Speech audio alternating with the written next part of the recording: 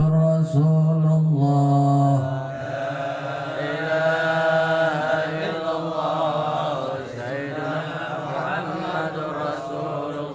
Allahumma salli ala Muhammad. Allahumma salli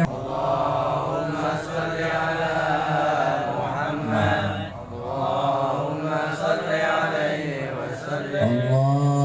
Subhanallahi wa bihamdihi, subhanallahi subhanallahi wa bihamdihi, subhanallahi wa bihamdihi, subhanallahi wa bihamdihi, subhanallahi wa bihamdihi, subhanallah wa bihamdihi. Allahumma salli ala habibika sayyidina Muhammadin wa alihi wa sahbihi wa sallam, alihi wa sahbihi wa barik wa sallim. Allahumma salli ala habibika sayyidina Muhammadin wa alihi wa sahbihi wa sallam. La ilaha illa Muhammadin wa alihi wa sahbihi.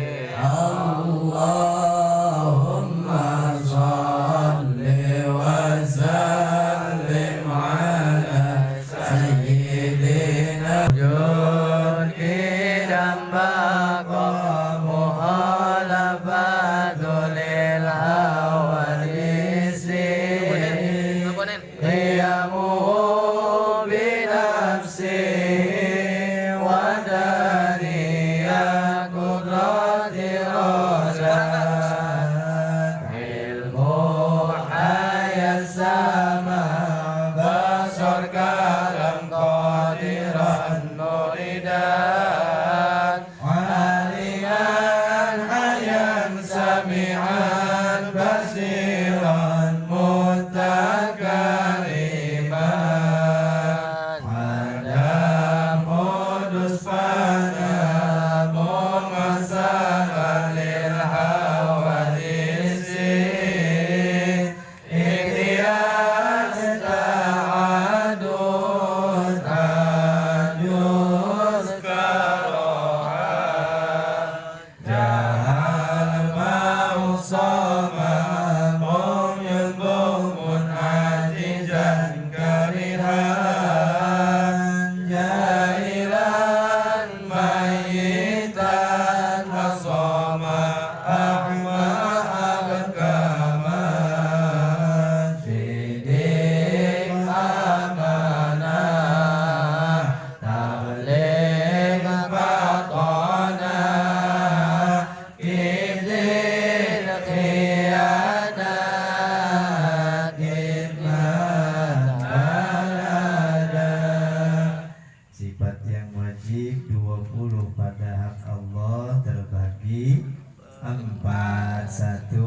Sifat nafsiyah ada 1 yaitu wujud. 2. Sifat salabiyah ada 5 yaitu idam baqa mukhalafatul hawadisi qiyamu binafsi wahdaniyat. 3. Sifat ma'ani ada 7 apa aja? Iradat, ilmu, ayat, sama, basar, kalam. 4. Sifat ma'nawi ada 7 aja. Qadiran, muridan, aliman, hayyan, sami'an, basiran, mutakalliman. Artinya wujud ada, idam terdahulu, baqo kekal, mukhalafatul hawadisi berbeda dengan yang baru, qiyamuhu binafsi berdiri sendiri, wadaniyat esa kudrat berkuasa, iradat berkehendak, ilmu mengetahui, hayat hidup sama mendengar,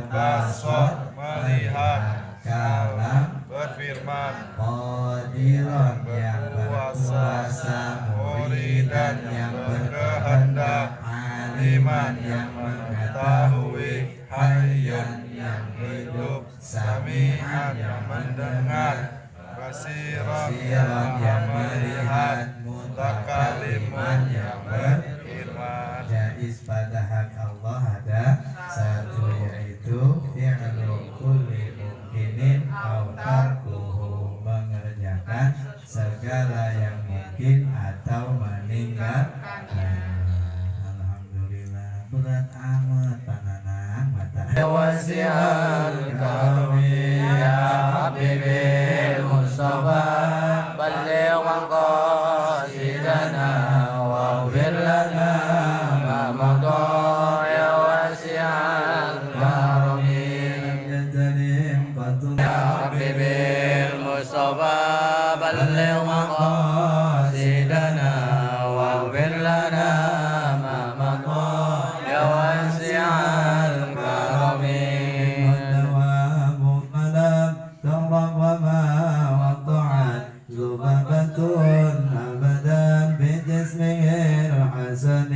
Ya Rabbi bil Mustafa, balligh maqasidana waghfir lana ma madha ya wasi'al karami.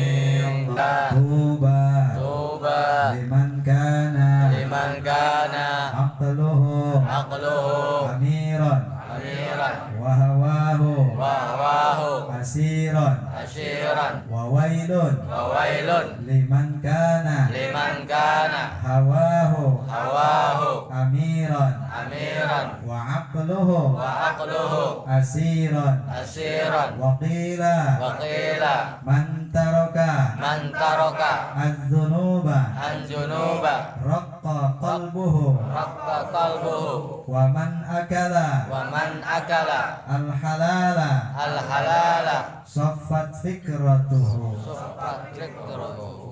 Wallahu a'lamu bimuradih. Bismillahirrahmanirrahim. Maqalah yang ke-17 dan maqalah yang ke-18. Ada dikatakan tuba banyak dalam kehidupan dunia ini, maka seyogianya perhatikanlah akal kita. Artinya hiduplah dalam bimbingan akal, karena akal itu selalu condong kepada syariat agama, sedangkan nafsu malah sebaliknya. Dia mah mailanu nafsihi ila ma la tastahihi min ghairi da'iyati syar'i. Hawa nafsu itu condongnya diri kepada perkara yang tidak dia inginkan, yaitu dari syariat agama. Jadi cirinya nafsu itu ketika kita dapat panggilan syariat agama, males. Itu nafsu tuh. Wah, ini malam minggu waktunya ngaji misalnya. Padahal waktu ada badan dikasih sehat, nggak ada ujur yang syar'i, cari-cari alasan. Aduh. Itu nafsu tuh, pandangan. Itu nafsu. Kalau kita turutin berarti pada saat itu kita sedang dikendalikan oleh nafsu kita.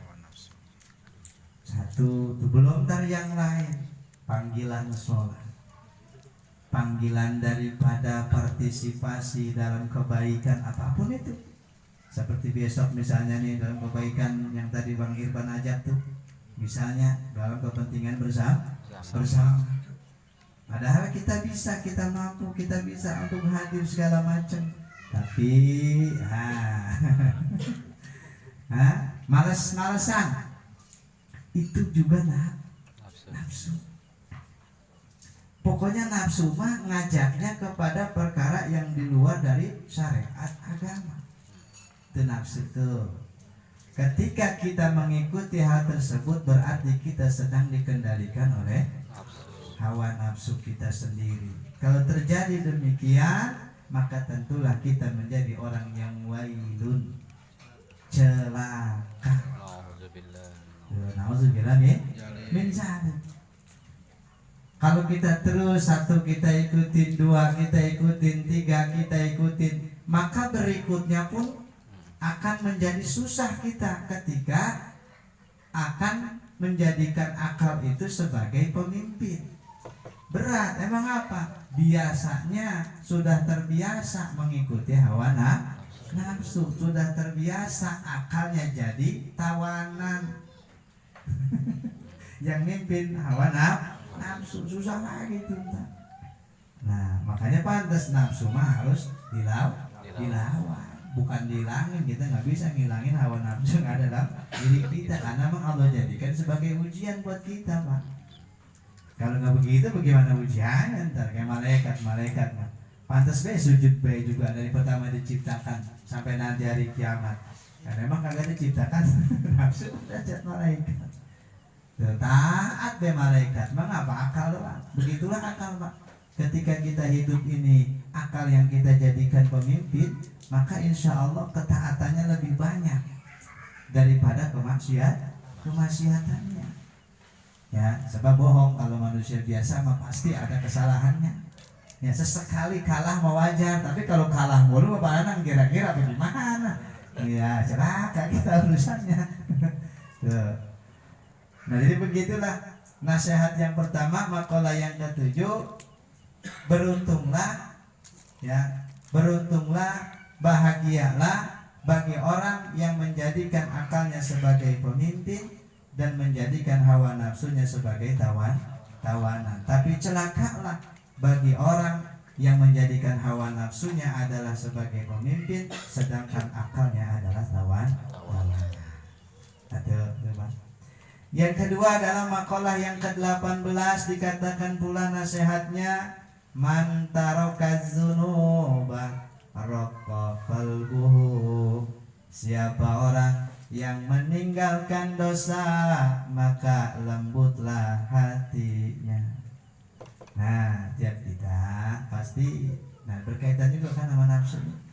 Ya, ketika nafsu ingin ngajak kepada perbuatan maksiat, tapi ditinggalkan sama dia. Nah, nanti itu efek baiknya raqqa qalbuhu. Hatinya akan lembut. Kalau hati sudah lembut, fayaqbalun nasiha, gampang nerima nasihat, bahkan wayaksyaulaha, bisa khusyuk mendengarkan nasihat, khusyuk dalam berbuat taat. Berarti kalau kita masih jauh menerima nasihat, apalagi jauh daripada khusyuk kepada Allah, tanda bahwa diri kita masih banyak mengerjakan. Itu baik. Ya, bukan begitu Bang Badir. Jadi nggak usah bingung. Ya Allah ya Rabb.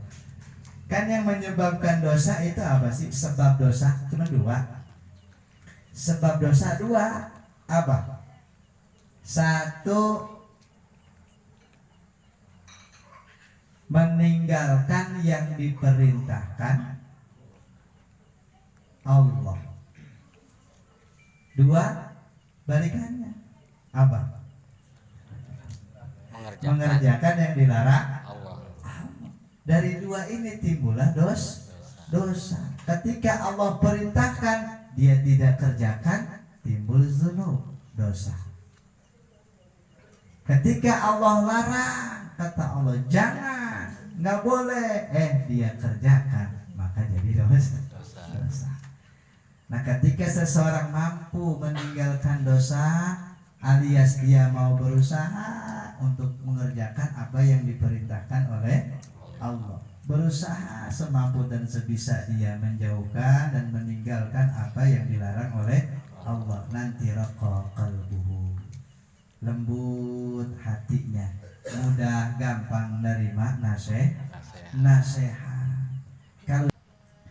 Maka jangan sampai sembarangan cari nafkah, jangan asal timbang banyaknya doang. Cari yang halal, yang berkah.